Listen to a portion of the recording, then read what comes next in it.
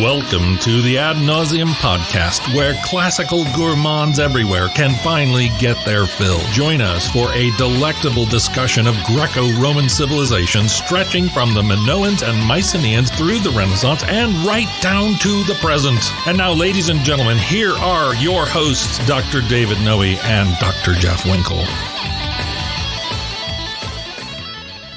Welcome, listeners, to the Ad Nauseam Podcast. This is episode 20 we're doing today. As always, my name is Jeff Winkle, and I'm here with my good friend and co-host, Dr. David Noe. How you doing today, Dave? I'm doing real well, Jeff. It's good to be here with you. Can you believe 20 episodes? 20 episodes is great. It feels good. It does, yeah. Feels Quite good. Pleased with the feedback we've gotten so far. Yeah, Dave and I were just talking about the reviews that we've gotten on the podcast, and really happy and really excited the response we've been getting. Yeah, there's one that really sticks in our craw. Oh, but we won't talk about that. No, I think we should we mention it? Or? Nah. No, yeah. But yeah, there's one review that, yeah, we're having a tough time getting over. You know who you are, okay? So if you're listening, stop. Exactly right. So if I seem a little distracted today, it's because I'm thinking about that one. Yeah, review, yeah. Right. We got a shout out. You going to set me up for that? Yeah. We got a shout out. Who are we shouting out to today? We are out shouting to my good friend Michael Borg. Michael Borg. Yeah, the Borg. He is in Bradenton, Florida, and likes to listen. Hello, Michael. Thanks for tuning in. Thanks for listening, Michael. Borg, like Star Trek, right? I don't think that's where his name comes from, but yes, it is spelled the same way. Right. So he assimilates all unto himself. That's right. I also bet he's never heard that before. Exactly. Let me apologize to Michael while we're at it. Dave, you got our opening quote today? I do. To set the tone and the theme. Yeah. So, A Lion at the Gates, Part 2, right? This title of this episode, Thermopylae in History. Yes. And this one comes from Herodotus, the man himself, the father of history, Book 7. There now arose a fierce struggle between Persians and Spartans over the body of Leonidas. 4 times the Greeks drove off the enemy, and at last by their bravery succeeded in bearing the body away. Thus did the fighting continue until the troops with Ephialtes were close at hand, when the Greeks, informed of their approach, changed the manner of their fighting. They withdrew again to the narrow section of the pass and behind the wall, and took up a position in close formation on a hillock, all except the Thebans. This hillock is at the entrance to the pass, where now stands a stone lion in honor of Leonidas. Here they resisted to the last with their swords if they had them, if not with their hands and teeth, until they were overwhelmed by the encircling Persians, of whom some came on from the front after demolishing the wall, while others closed in from behind. That hands and teeth part always gets to me. Yes, it does. The last of the last stand here. Yeah. Brutal stuff. Yeah. So, Jeff, Yes. What are we going to give our listeners this week? Well, this is part 2, our episodes on Thermopylae. So last week, if you haven't tuned into part 1, you might want to do that before tuning into this one. But last week, we set the stage. We got the Greeks to Thermopylae. We have the Persians coming down. And today, we're going to get into the battle itself. We're going to follow Leonidas and the Greeks at Thermopylae. We're going to get all the stuff in that leads up to the quote that you just read from, the last stand, the 300, and more. A blow-by-blow, step-by-step sort of takedown of the entire event, right? And then through the magic of radio. Do people say that anymore? Radio? I don't know. Somebody listen to radio. Through the magic of radio, at the very end of this episode, we're going to take you on a little travel log. Yes. Jeff and I will recount some of our visits to this important historical site. That's right. So, Jeff, you're going to give a little recap of last week, just briefly, so people can catch up, right? Right. So last week we were talking about how King Darius came over with his fleet and his army in the first wave of these Persian wars. Yes, 490, island hopping. Island hopping across the Aegean, lands at Marathon, and loses this very lopsided in favor of the Persians this battle. Right. And ends up kind of giving up and going home. You mean lopsided? They had superior numbers, but the outcome was the opposite. Exactly right. So right. The Greeks, under the leadership of Miltiades, set the Persians running. Yeah, Milt, as his friends called him. They call him, Uncle Milty. Uncle Milt, I think so. Still a great Greek hero. Greeks today, they love the man, and understandably so. Yeah. Then 10 years later, Darius' son comes back. Right. And what happens? Well, first of all, he bridges the Hellespont. Yes. Herodotus tells this story. And when a storm destroys this bridge he makes over the Hellespont, the spot between the continents of Asia and Europe, Xerxes commands that the channel be whipped, chains thrown into the channel, and it be whipped and scourged because it dared to defy the great king. Right, so that kind of gives you Herodotus's picture of Xerxes and his temperament. Yeah, hubris, lots of hubris. Yeah. He's going to get his comeuppance. Yeah, that bridging the Hellespont it's an episode that we've got to return to someday when we talk about the greater picture of the Persian Wars. I know that on the cover of the Peter Green book that we've been referencing last weekend and we'll continue to look at today has a nice drawing, kind of an idea of what that incredible engineering feat may have looked like. And it's in the show notes as well, that a link to that book. So, yeah, bridging the Hellespont. If I can learn how to pronounce things like chain and throw without tripping over the words. So Xerxes the First, he heads north. He goes across Chalkidiki, and he's coming down now toward Thermopylae, accompanied by the Persian fleet. That's right. So the Persian fleet is following the army as it goes down, kind of working in tandem. And we'll see that's a key element in I think understanding some of what Xerxes' behavior at Thermopylae In the final 4 days in particular. Right. So last week we were also talking about how the Greeks are, this is not a rosy brotherhood unified force. Not at all. No, it's a tense partnership between a lot of these Greek city-states. They're worried about their home turf. Mm-hmm. And so one of the things they have to decide is where are they going to try to make a stand? Right. I liken it to the way that the Allied powers in World War II aligned against the Axis powers. I mean, in what universe would Uncle Joe Stalin and Winston Churchill, right, be friends? Right. Well, only if they feel like there's an existential threat greater than either of them. Yeah. I think Churchill calls communism something like baboonery, right? But there he sounds like Winston. There he sits at Malta with Uncle Joe and FDR. Why would they do this? Right. Because they feel the Nazi threat, the Axis threat. And that famous picture, they all look really uncomfortable. Definitely.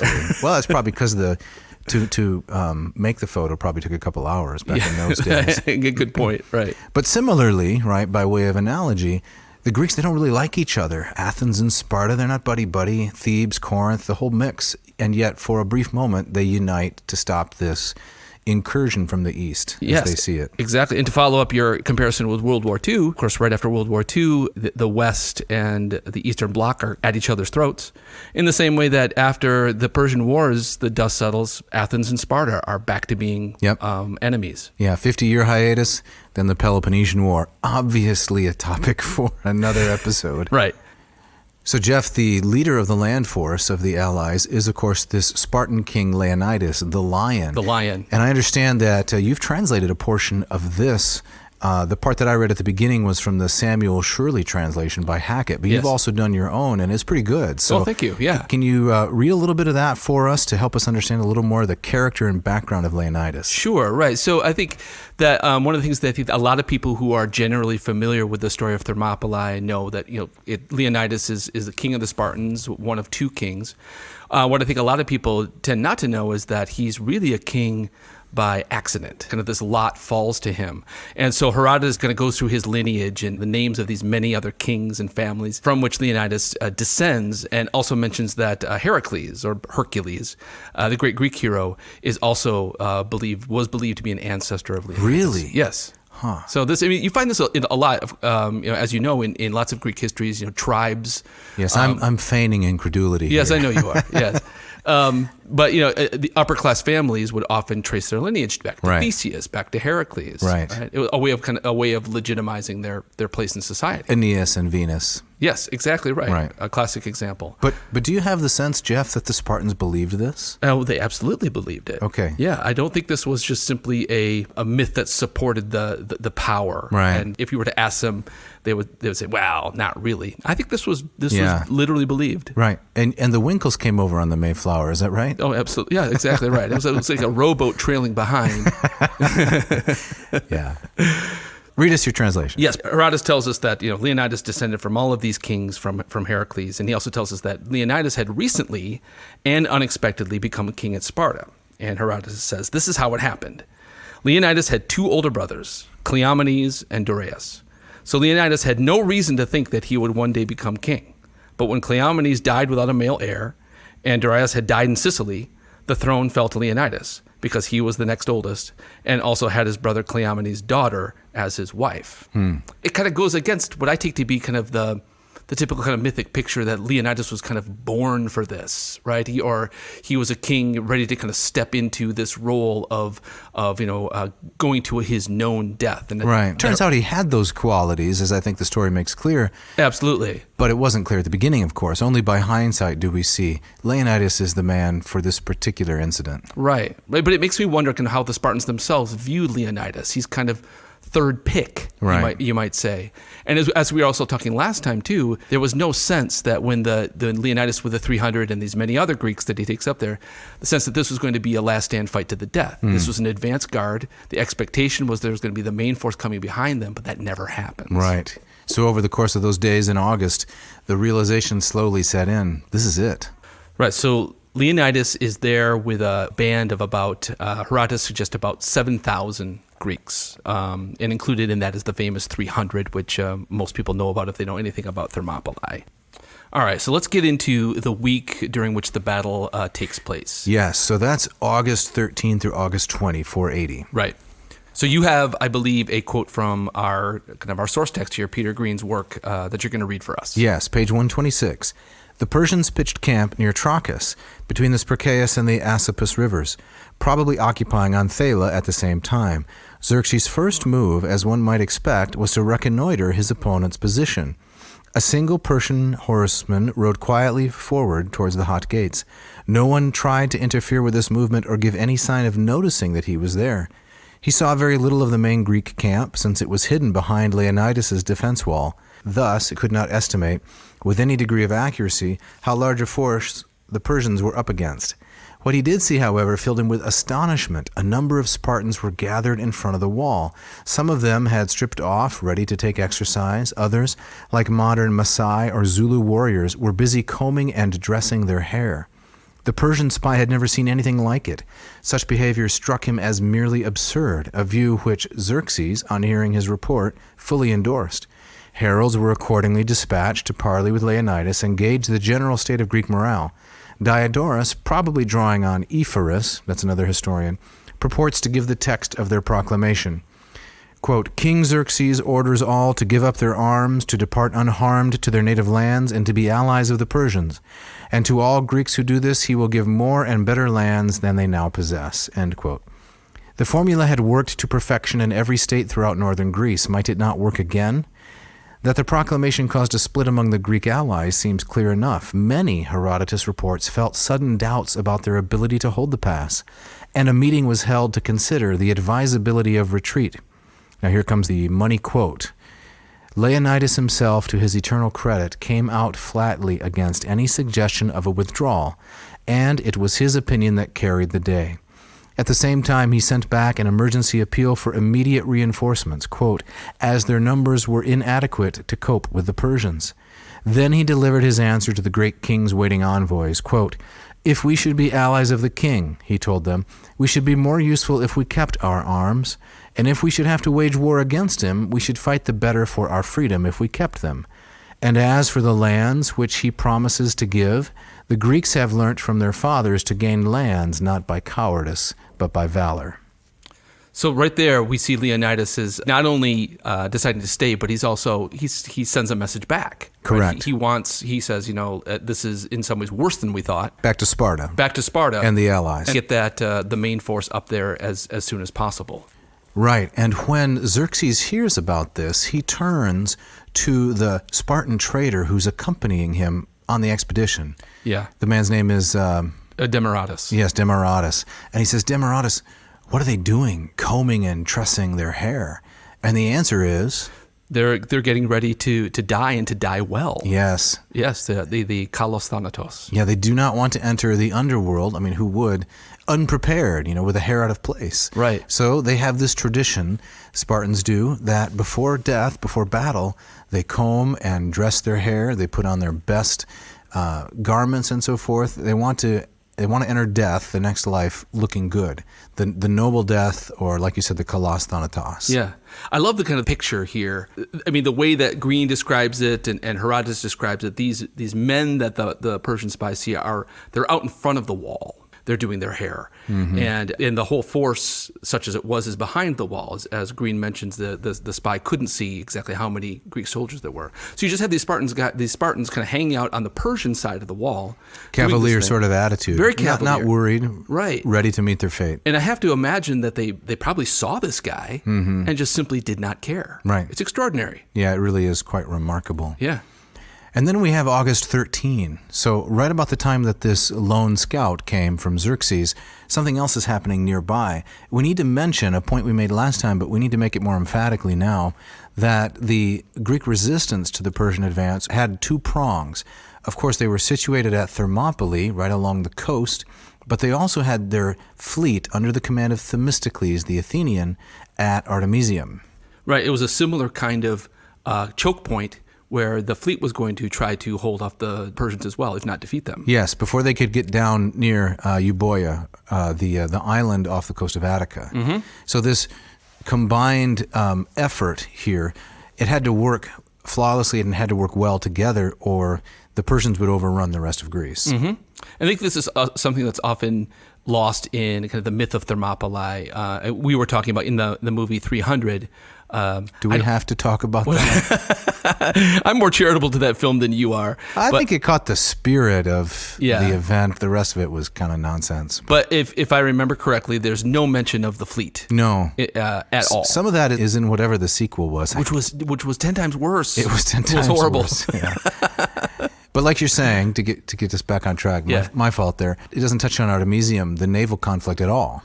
It doesn't, right? But these two things are happening side by side in tandem. Both the Persians and the Greeks are kind of relying on the fleet. The fleet's relying on the land force to work together Yes. in all this. And here we see a great division of labor, perhaps a signal moment of cooperation among the warring city-states. Yeah. Sparta has superior land power. Athens has the great navy. So they divide it up.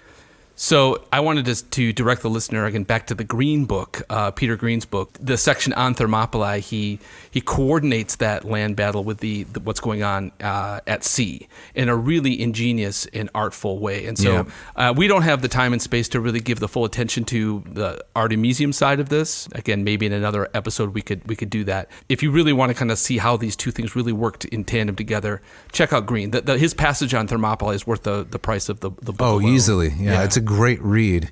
Great summer read. I mean, summer is coming eventually somewhere, and that'd be a good one to commit yourself to. Yeah. So the morning of August 13, the Persian fleet has some trouble, right? Off near Artemisium. What happens, Jeff? Well, this is a recurring thing. It is. The Persian fleet is always having trouble Yeah. with this, right? But yes, there's a huge storm. There's a massive storm In August in the Aegean? Where does this come the from? Aegean is a notoriously difficult sea to sail. Apparently, it can go from dead calm to deadly in just moments. Right. Even in the so-called sailing seasons. Right. Yeah. So the Persian fleet is battered and bruised and weakened by one of these pop-up devastating storms. Yeah, and Green says words to this effect: at dawn, the prayers of the Greeks were answered, and Boreas, the northern wind, began to, quote, blow out of a clear sky and raised a confused sea like a pot on the boil. Oh, that's great. Yeah, which is partly Herodotus there. He's quoting. Yes. And then a large number of the Persian vessels sunk. Yes. The Greeks thought, well, this is amazing. This is the gods have answered our prayers. Yes. And now we have a better chance of holding off the Persians. Right. And this is not the last time this kind of thing happens. No. Yep. So in the wake of that naval disaster, where now a large part of the Persian fleet has sunk, they nevertheless still have about a 5-to-3 ratio compared to the Greeks. Mm-hmm. The Persians still have a very impressive navy. So why does Xerxes delay for almost 4 more days, right, from the 13th up until about the 17th when the land assault begins? What is he waiting for? Right. I mean, this is one of the mysteries. Again, Herodotus mentions this delay, but like a lot of Herodotus' narrative, it's pretty skeletal. He doesn't always give a motivation or explain details. My sense is that Green suggests is that Xerxes he's waiting for the fleet to make repairs, right? Kind of get its act together. It would take a full 2 days to make these repairs on the fleet. Yeah. I think a more romantic interpretation of this is Xerxes. He's heard from Demaratus about the the mettle of the Spartans, and he's taken aback, and he's a little bit nervous about sending his forces into the pass. Maybe he's considering strategy, right? The whole point of defending the choke point is that it takes the advantage of the Persians' numbers away. Correct, right. So the contemporary historians, they distrust Herodotus on details like, numbers of combatants, and they also tend to distrust Herodotus in terms of his explanation of motives. Yeah. Because he has dramatic, really gripping ways of explaining why people did things, and theological explanations also, which set him apart from Thucydides. One of the great things about the Peter Green book is that he doesn't automatically discount Herodotus's psychological explanations. I mean, he takes them with a little bit of skepticism, but he explores them thoroughly before discounting them. Yeah, it's one of the things I really like about his narrative, right? It's not just respectful, tossing out the baby with the bathwater, right? And he mentions, Herodotus has some sort of axe to grind with the Thebans, right, that might color his narrative. And he has typical Greek, I guess you could call it chauvinism. The Greeks are better, but he's not entirely disrespectful of the Persians either. He did his homework, I would say. Yeah. So does he ultimately make a move out of impatience? That's one of the questions. Does Xerxes say, all right, enough of this. Let's just use some of the tens or hundreds of thousands of land forces we've brought. Let's get this over with. Right. I mean, the way that Herodotus describes Xerxes sometimes, we mentioned his temper tantrum at the Hellespont. Did Xerxes really have a plan? Did he come upon the pass of Thermopylae and was he really scratching his head? It's kind of inconceivable that he would not. I mean, how could you move that massive force west? We were talking last time about the logistics. Could he not have a plan? I mean, it's a competent world empire. Right. No, I mean, I'm overstating that, but could it be that he came to the pass of Thermopylae and he was presented with a conundrum that he didn't have an immediate, easy answer for? Yeah, right. That's quite plausible. Yeah. So August 18, Xerxes decides to engage. They send in the platoon of the Medes and the Scythians into the pass. Ephorus, right, whose work doesn't survive, but others draw on, the historian Ephorus. What is his speculation about this? He seemed to have thought it was one of two things that Xerxes sent the Medes in because he said these are great warriors. He crack admired troops. Crack troops. They were going to get the job done. But Ephorus also suggests that Xerxes might have had some bad blood towards the Medes and said, well, if I send them in, the Spartans are fresh, they're ready to go. They'll kill the Medes. Yes. Yeah. David sending up Uriah the Hittite to get rid of him. Exactly right. So what happens with that first wave on the 18th? The Greeks beat them back, and the Medes and Kissians are badly bruised and beaten and go limping back to camp. And so Xerxes decides to send in his elite troops, the so-called Immortals. Yes, and in that movie 300, the Immortals are depicted with comic tragic masks over their faces. Oh, I'd forgotten about that. Which is an interesting way to suggest how they were meant to be intimidating. It's not a very good way to fight, I'd imagine. Right, but they're also going up against guys in red capes and leather Speedos. It's a strange mix. Yeah, the Spartans use a false retreat maneuver. Yeah. Right? That they feign running away, and then when the assailants are in disarray, suddenly they reverse and fall upon them and slaughter a large number. Right, and so Herodotus suggested, of course, is that tremendous discipline of the Spartans that really kind of rules these first couple of days in the battle. Which is an extremely plausible explanation of why it happened. Because all the sources say the forces that Xerxes led, they're mercenaries. They're not trained. Some of them are trained professionals, but there's really no esprit de corps. It's an assembly of nations kind of fighting each for themselves. Yes. So at different points they can show individual valor, but nothing all that coordinated. Right. Again, not unlike some of the Allied battles in World War II. Yeah, and it feeds into this larger kind of narrative. It's the free West versus the tyrant. Right. Again, that's Herodotus' storyline for sure. For sure, right. And to reference that movie again, it's Xerxes has to have these soldiers whipped to get them to the front line, whereas the Greeks are fighting for their homeland. Absolutely a broad truth to that. Absolutely. So there's a stalemate in this assault, this wave. Xerxes leaps up 3 times. Now the second assault is going to come on August 19, but here at this point, right on cue, as Peter Green says, enters the man who holds the key to the entire conflict. Right, we're talking about Ephialtes? We are, and yes. We're talking about him after the break. After the break.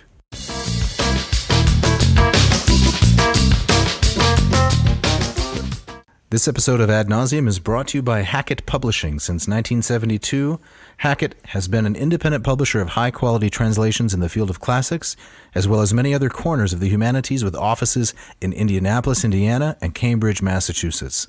Dave, Hackett's growing classics list includes hundreds of titles covering ancient history, literature, philosophy, political science, and classical language study. Their classical lit catalog, Jeff, is loaded. Iliad, Odyssey, Aeneid, Metamorphoses. And do they have Herodotus? Absolutely they do. Translations by both Samuel Shirley, the one we're citing today, and by Pamela Mensch, both with notes by prolific historian James Romm. The Mensch translation has the Great Sphinx as its attractive cover, and they are all so affordable. What about those Tiber dwellers? Anything on those toga-wearing folks? Indeed. Hackett has titles on ancient Rome, too, with translations of Suetonius, Livy, and more. I especially love the Hans Orberg series for Latin, the Lingua Latina per se illustrata. Okay, AN crew, save 20% on any order and receive free shipping from Hackett Publishing. All you have to do is go to hackettpublishing.com, find the text you want, and enter AN 2021, AN2021 in the box, which asks for the coupon code. Don't hesitate. Check out hackettpublishing.com today. Today's episode is also brought to you by Ratio Coffee. What's the premise, Dave, behind the Ratio Coffee Company? Well, I understand they asked a simple question. In a world of super premium espresso makers, how come the home coffee maker has hardly changed at all? So based on his experience importing Italian espresso machines, Mark Helweg decided to see what he could do. So Mark and his team fixed that, right? Oh yeah, that's right, Jeff. They put together a really beautiful work of art that sits proudly on your countertop. Imagine if Van Gogh or Monet had built coffee machines. That's kind of what you get, but the edges are a little sharper, the visuals a little less squinty. And it brews a good cup of Joe? A good cup of Joe? Are you reading the script even, Winkle? What does it say? It says it brews a go cup of Joe? You don't like that? Right on. It brews a sweet, degassed... Gassed. A sweet, degassed cup with all the flavor and none of the brackish... none of the brackish tang. I can't do the next line. Listen up, Ad Nazarenos. Get a 15% exclusive discount on the Ratio 6. This amazing machine is all stainless steel and engineered to truly exacting specifications. Don't throw away good money on some of those lesser products made from squirty plastic. He's trying to laugh again. Squirty plastic. No better than the box they're shipped in. Come on, man. Between now and March 20, 2021, our listeners should go to ratiocoffee.com and enter the special code ANCO, A-N-C-O, for 15% off the Ratio 6. ANCO, ratiocoffee.com. Check it out.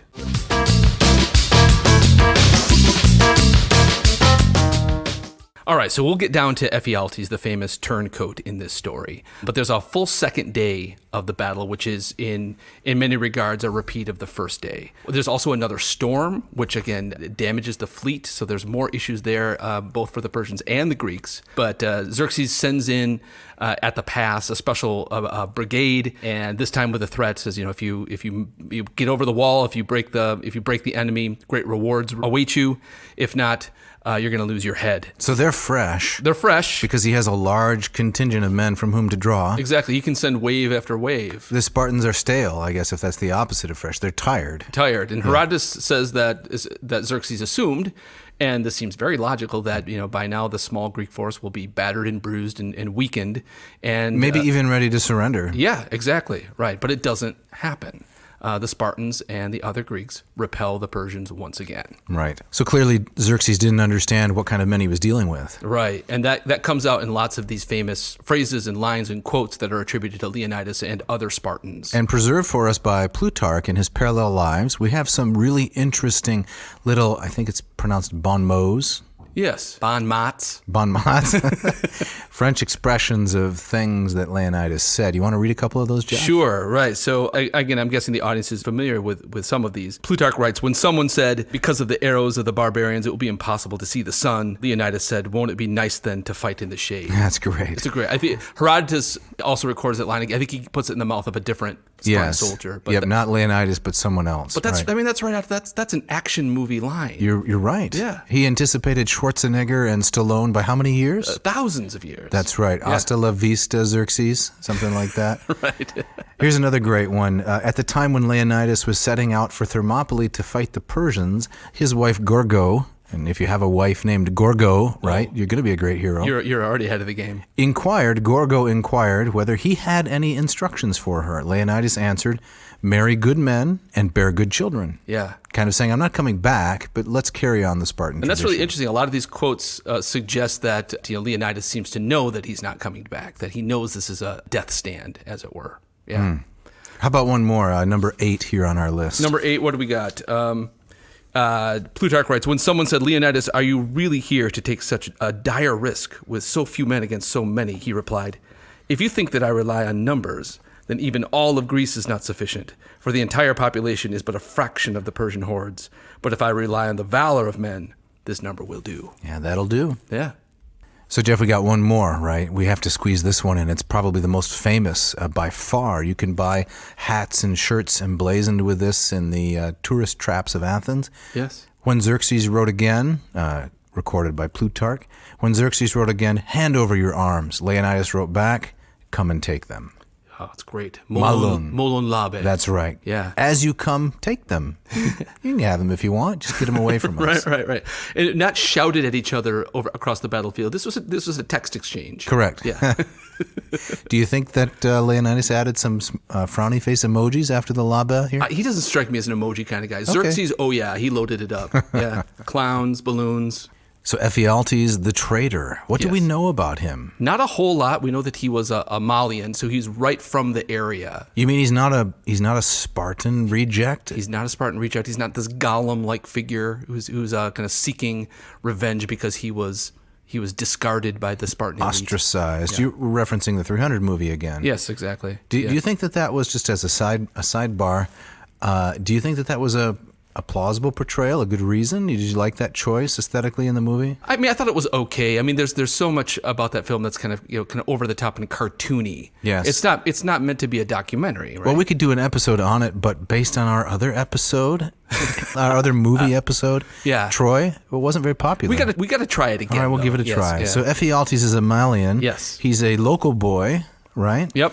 Apparently the Malians had known about this path for a long time. For a long time, right? And this is also a kind of reminder that this is not the first battle that was ever fought at Thermopylae. It was a well-known place to make a stand and to take an enemy's numbers away from them. Yeah, I like the Brenner Pass, actually, between Italy and France. Yeah. Right there in the Alps. It's kind of the only way to get into Italy with a large force. This is the only way Thermopylae to get into Greece. Right. So the Spartans were not the first one to build a wall there. No. They almost certainly, when they built their wall, it was built on top of the remains of what was already there. Ephialtes then comes to Xerxes and says, I know the way. He knows the way, right? Up and over the hill. But of course, Leonidas and the allied Greek forces, they knew about this shortcut also. This was not a secret amongst the Greeks. No, so what precautions did they take? So the Leonidas had sent a band of Phocians, also local boys, up to guard the pass. Probably about 1,000, I think, is what I think that's what Herodotus mentions. Yes. 1,000 Phocians at the top of the hill. Which is a pretty large number, at least to make an initial resistance until the others can come to help. Right. It's a signal of how seriously Leonidas took this possibility. So once Xerxes finds out about this secret path via Ephialtes, the Diabolus ex machina, the devil from the machine, Yes. as Peter Green very memorably That's calls great. him. I love it. Yeah. When Xerxes finds out about it, he dispatches one of his main strategists and generals, a Persian named Hydarnes. Yes. And he takes along a large force, and they're going to travel all night on the path, and they're going to surprise the Phocians who are waiting at the top. That's right. And you have this gorgeous quote from Peter Green once again about how this played out. Yeah, right. Before I read the quote, I think I used the word kind of a path at the top of the hill. This is not a hill. This is a very sizable, steep mountain. This is a huge undertaking to take a huge force up and over this pass. But Green writes, the Persians climbed steadily all night. About dawn, they were marching along the mountain ridge of Nivropolis through thick oak woods. The recent storms had shaken down a large number of dry leaves from the trees, and as they advanced, Hydarnes' 10,000 made a great crackling and rustling. The air was absolutely still, with not a breath of wind stirring, and this noise of boots kicking up leaves seems to have been the first intimation the Phocians had that a large enemy force was approaching. Well, that's really compelling. So imagine that you are a Phocian stationed on the top of that mountain, and you're laying on the ground next to a fire that has just cooled off after being lit most of the night, and you hear men's boots trampling through the oak leaves, like Peter Green says. You know that this is your last day. Yeah, terrifying. Yes. Right. So how do the Phocians react? What do they were do? not ready at all. I think Herodotus mentions something along the lines that the Phocians themselves had kind of decamped to a kind of a clearing, a meadow, somewhere away from the pass. Not taking their responsibility very seriously? No. There was no Spartan around to whip them into shape? No. And Hydarnes apparently doesn't take them all that seriously either. They fire a fusillade of arrows at them. The Phocians scatter. And Hydarnes decides, no reason to mess with these guys up here. Let's get down the mountain. Yeah. Back in the camp, there's a seer, right? That is a religious man, a man who can tell the will of the gods and therefore the future based on the flight of birds and also the entrails. His name is Megistius. Right. And he foretells death is coming for the Greeks at dawn. Yes. And then the watchmen come running down the mountain, the remnants of the Phocians, and they confirm, yes, death is on its way. Yes. So now Leonidas has to make a decision. What do we do? Do we retreat? I mean, Spartans never retreat. What do we do with the rest of these men? The 700 Thespians, the 400 Thebans. There's a lot of controversy, a mystery here at the center of this. How exactly did this play out? And Peter Green helps us quite a bit in understanding it. You'll have to read that. But the idea that everyone wanted to stay and Leonidas sent them all away by force, not really accurate. No, very unlikely, I would say. Correct. Yeah. I mean, to me, the kind of the most logical answer to this is that probably many of these men, of course, wanted to get out of there. It was certain death, but Leonidas also saw kind of a practical side to that as well. As you say, okay, go home, get ready, spread the news, let the people to the south of the pass know what's coming, and best prepare as they can. So now we're on the last day of the battle. This is August 20. The Phocians have been dislodged. The Persians are pouring down the mountain. They have flanked the Spartans and the allied forces, the Thebans and the Thespians who stayed with Leonidas. And what happens next? So Herodotus tells us that the Greeks they break out of the pass, and they kind of fighting more kind of out in the open. So that 20 yard to 50 yard little choke point, they give that up as the best place to make a defense because all hope is lost. All hope is lost, right. Now you're just kind of in it for upping the body count. Correct. It's a melee. There's no more point in trying to stay in that narrow spot. Right. So the Greeks are out there fighting beyond the wall. Apparently this is where Leonidas himself is killed. He dies, and there's this very, very Homeric fight over Leonidas's body. Yes, and there's also another legend recorded, which is that when Leonidas realized he was going to die, he took a small team of commandos and they tried to infiltrate the Persian camp and assassinate Xerxes. Now, Peter Green says this is, of course, hogwash or words to those effect, but then he mentions this really interesting parallel, again from the Second World War, the British long-range desert patrol. They set out with a small group of British commandos, and they attempt to assassinate the German tank commander Rommel in North Africa. And I think Peter Green says something like, would anybody 2,000 years from now believe that that's plausible? Right, exactly. Yeah, that's an excellent comparison, yeah. I'd like to take credit for it, but it's Peter's. So Leonidas himself is killed. He's killed. And we have a scene from the Iliad, say book 11, book 12, fighting over his body. This has always fascinated me. These men, they were raised from boyhood on Homer. A Greek education is Homer, right? The point we like to keep making. They had read about the battle over Patroclus and Sarpedon and Achilles and so forth. Now they're living it. They're living it out. Yeah, it's a great epic scene. Eventually, the Greeks themselves, they're completely surrounded, and they retreat to this little hill, which is still there. And this is where, in our opening quote, we heard they were fighting without, if they lost their weapons, they were fighting with their hands and their teeth. Tooth and nail, right. Literally. And the arrows rain down upon them, and the last of them are killed. The hill is at the mouth of the pass where the stone lion honoring Leonidas now stands, Herodotus tells us. Right. Now, that stone lion is not there anymore. There's another one north and east of there, and nobody knows exactly what that is to commemorate. Right. It's possibly for the Battle of Chaeronea. Correct. But we have a good idea of what this once looked like. So Colossal in size. Yes, yeah. So Leonidas, the story goes, was buried there. Again, in kind of Homeric fashion, you buried where you fell. Much after the fact, though, because Herodotus also records that Xerxes came to view the battle the next day, disfigured and dishonored Leonidas' body. That's right. And it wasn't until the later Greek victory that the Greeks could go back and reclaim that territory. Exactly right. And then Leonidas' body is beyond that is eventually exhumed and brought back to Sparta, where he's buried. There is a so-called tomb of Leonidas in Sparta, but almost nobody thinks it has anything to do with his actual tomb. Do they sell any good souvenirs there? Oh, lots of good souvenirs there. You can come and take them. Now, that's very good, Winkle. Now, are there any material remains of this war that we could see somewhere? Yes, archaeologists have found human remains in and around that hill. There's a great display in the National Archaeological Museum in Athens of Persian arrowheads taken from the battlefield of Thermopylae. So of this bears out the Herodotean account. Absolutely, yeah. It reminded me of when I visited the battlefield of Gettysburg in Pennsylvania from the American Civil War. There were so many rounds, so many shots fired that some of them hit midair. Oh, man. And this is the kind of coverage because of the massive numbers at Thermopylae. Fight in the shade. That's right. So we have this epigram from the Greek poet Simonides. It goes like this, as quoted by Herodotus. O xenon gelein lakadai mani ois hotiteide, ke methatois kenon pe thamanoi namemois. Yes, much later Cicero gives a version of the same poem in Latin, which goes like this.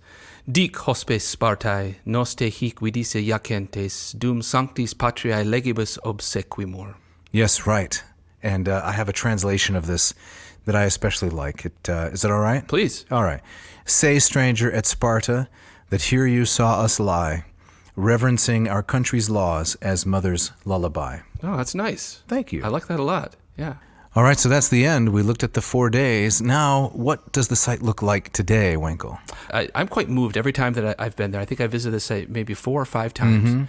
And one of the things that always strikes me about visiting Thermopylae is how really easy it is to visualize the battle. You can really see in front of you kind of Herodotus' version come to life. Well, and it's empty. That's the other thing. Yes. Unlike many historical sites, they have become so clogged with contemporary structures and buildings, you really can't visualize what happened.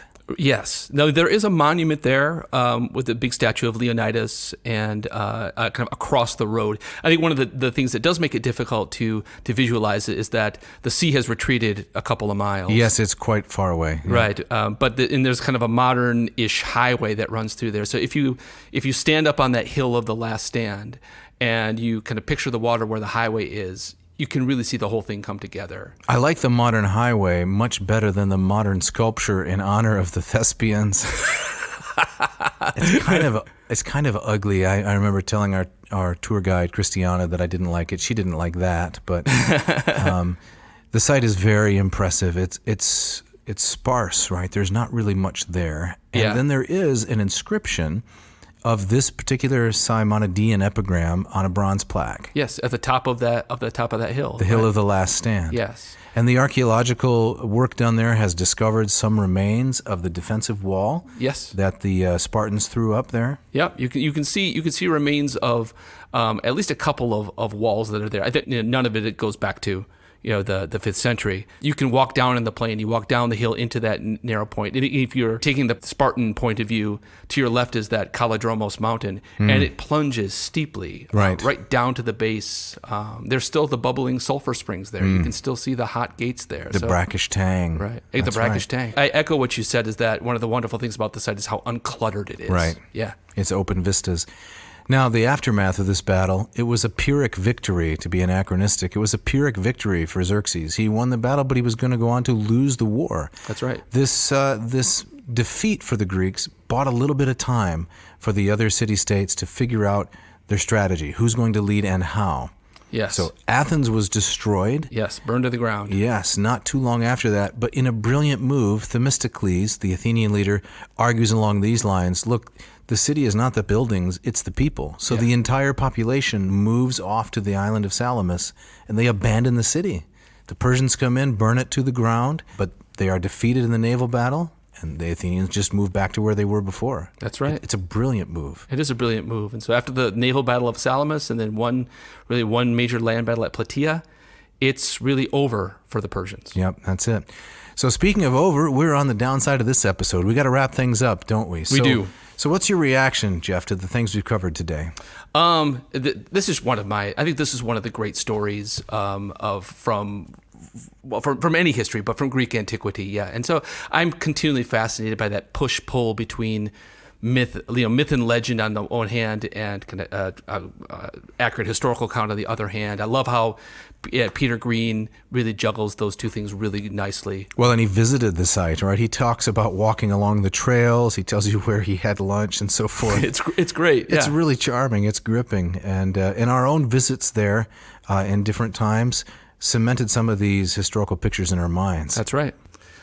All right, listeners, we got to get out of here. So as always, a reminder to leave a review on whatever platform you use. We'd love to hear from you. Positive reviews help us to get noticed. So at iTunes, how many do we have now? I think we're up to 21 reviews 21 now. Reviews. That's really nice. And our goal is to top 23 by late May. Is that what we're aiming for? I think by March. Okay. Maybe May is more Try reasonable. to move the needle from 21 reviews to 23. I think we can do it. Listener, can you do it? We're counting on you now. Well, if you've got comments or questions or you have an idea for an episode, don't hesitate to reach out to Dave@oddnauseum.com. Don't forget the V in there. Or to me, Jeff@oddnauseum.com. Absolutely. We want to say thank you to our wonderful sound engineer, Miss Mishka Fernando. She does such nice work. Yes, thanks, Mishka. And we also want to set up next week's episode. What are we doing next week? We're going to cover Virgil, the Roman poet Virgil, not the Aeneid. We're going to cover his first poem, his first surviving poem, one of the Eclogues. It's pastoral poetry. That is the life of poetry in the countryside. So you're not going to want to miss that. Excellent. And Jeff, you have the gustatory parting shot. I do. This comes from Anthony Trollope in his novel Barchester Towers. He writes, "Don't let love interfere with your appetite. It never does with mine." That's great. Thanks for listening. Thank you.